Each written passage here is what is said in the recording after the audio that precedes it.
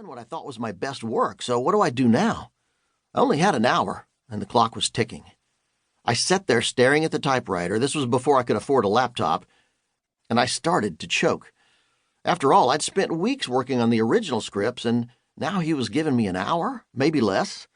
The pressure and urgency of the moment rushed in, and I almost got up and walked back to my rental car. But I started writing. I was determined not to use a single word of the old scripts and create something entirely new. I don't remember much after that because the rest of the hour became a blur until one of his older, rather gruff secretaries poked her head in the door. Mr. Croft would like to see the new scripts. I pulled the last page out of the typewriter and walked back to his office. Thinking back, I probably looked like I could have starred in the movie Dead Man Walking. I felt okay about the scripts, but after all, I had felt good about the first version and he hated them, so who knew what he'd think? I reenacted the earlier visit. I walked in and set the scripts on his desk. He didn't invite me to sit down this time either. Marty read the scripts, put them down, and looked back up at me. Now this is what I'm talking about. This is good. We can make this work. I thought I might faint.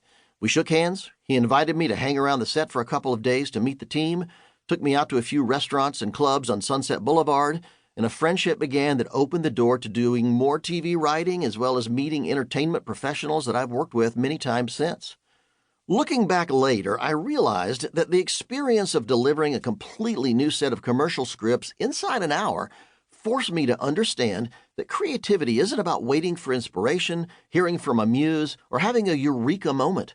Creativity isn't mystical, weird, or elusive. It's simply solving a problem on a deadline. And since that time, I've dissected my experience in that conference room over and over in my mind, and I know beyond a shadow of a doubt that it can be replicated and used anytime you're up against a wall. Writing the first draft of those scripts had taken weeks because I wanted them to be absolutely perfect. I didn't rush things, and I had waited for the creative muse to hit, but that method had let me down. Marty was right.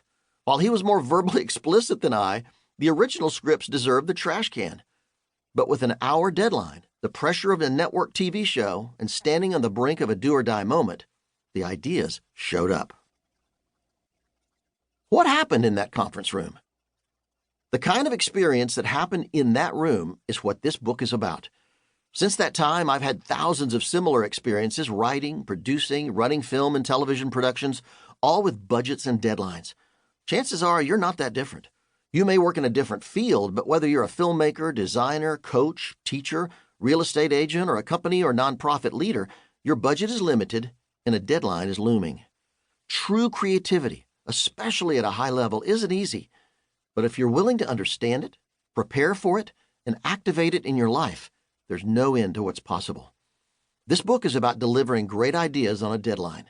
Hopefully, it will forever dispel the myth that truly creative people must wait for a moment of inspiration before they start a project. Your days of waiting are over. Now, it's time to create.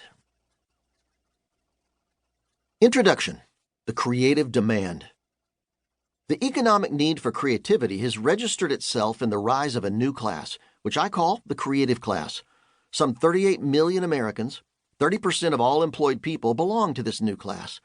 I define the core of the creative class to include people in science and engineering, architecture and design, education, arts, music, and entertainment, whose economic function is to create new ideas, new technology, and/or new creative content.